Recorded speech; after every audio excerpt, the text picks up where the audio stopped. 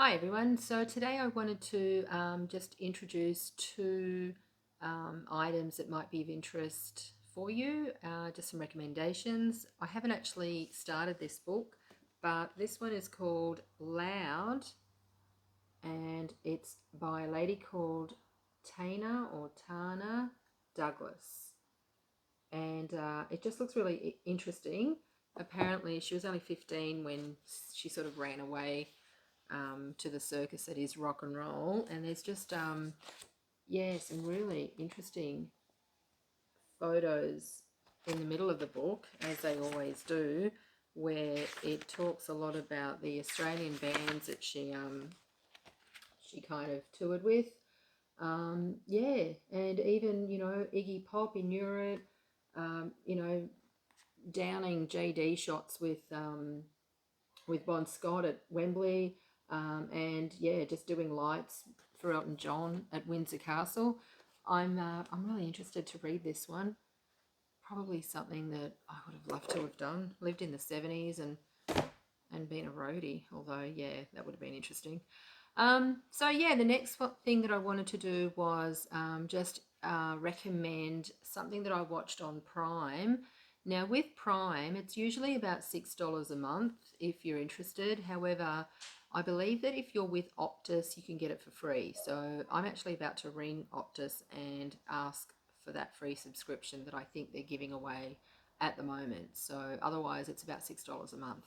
So this one's called Hired Gun. I'm going to put the trailer at the end of this video. I basically just wanted to recommend a book and a movie slash documentary. Hired Gun. It's I think it was made in 2016 or 17. Basically talks about the hired guns in the music industry, whether they're session musicians or live musicians who are basically hired. And yeah, it's kind of a situation where they're not really shining a light on these people. You've probably not heard of a lot of them, and I just really enjoyed watching it. It was really cool. I enjoyed hearing the behind the scenes of some of these players. Good stories, bad stories. Billy Joel kind of came off as a bit of a jerk.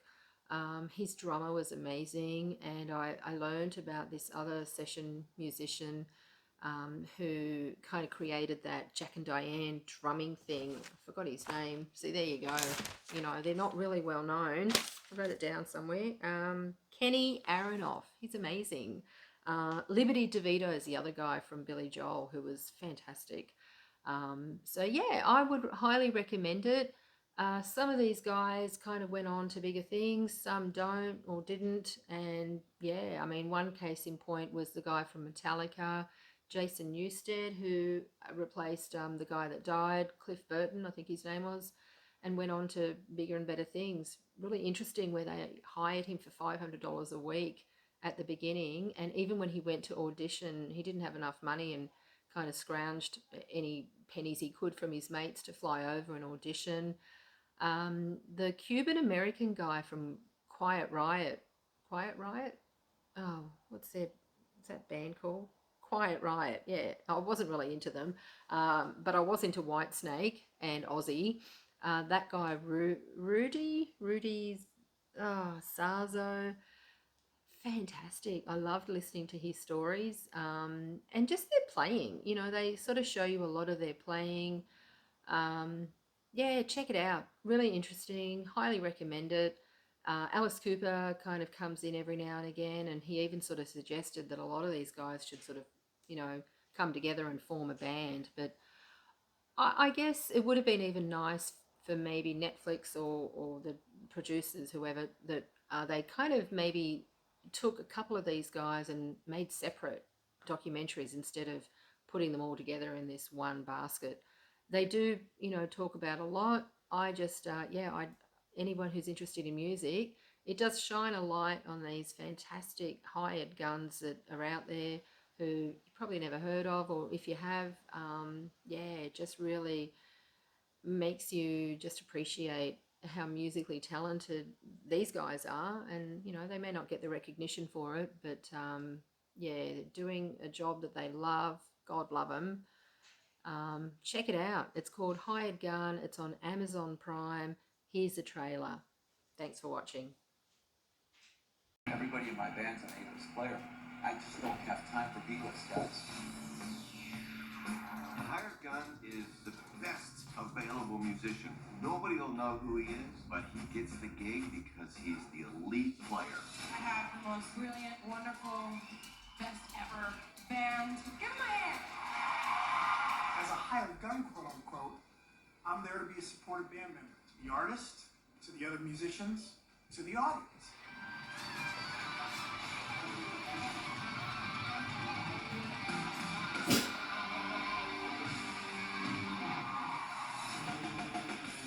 We know the riffs that they played on guitar or piano or saxophone, but we don't know the face of their name. For years, I've been like, I don't want to be a side guy anymore. But how do you say no to Bon Jovi?